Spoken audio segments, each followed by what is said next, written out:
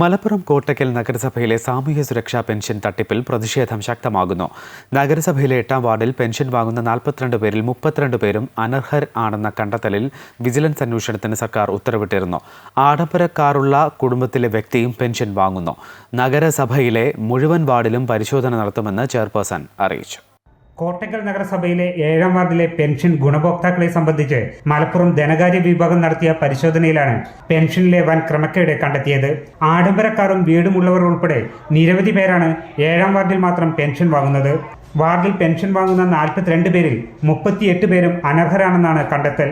ക്രമക്കേട് കണ്ടെത്തിയതോടെ വിജിലൻസ് അന്വേഷണത്തിന് ധനകാര്യ വകുപ്പ് ഉത്തരവിട്ടു.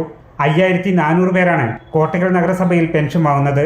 ക്രമക്കേട് റിപ്പോർട്ട് ചെയ്ത സാഹചര്യത്തിൽ നഗരസഭയിലെ 32 വാർഡിലും പരിശോധന നടത്തുമെന്ന് നഗരസഭാ ചെയർപേഴ്സൺ പറഞ്ഞു.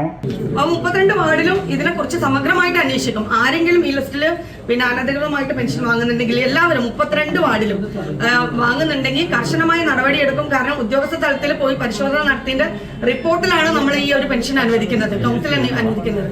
അപ്പൊ തീർച്ചയായിട്ടും 5400ഓളം ആളുകൾ പെൻഷൻ വാങ്ങുന്നുണ്ട്. അതേസമയം സംഭവത്തിൽ പ്രതിഷേധവും ശക്തമാവുകയാണ്.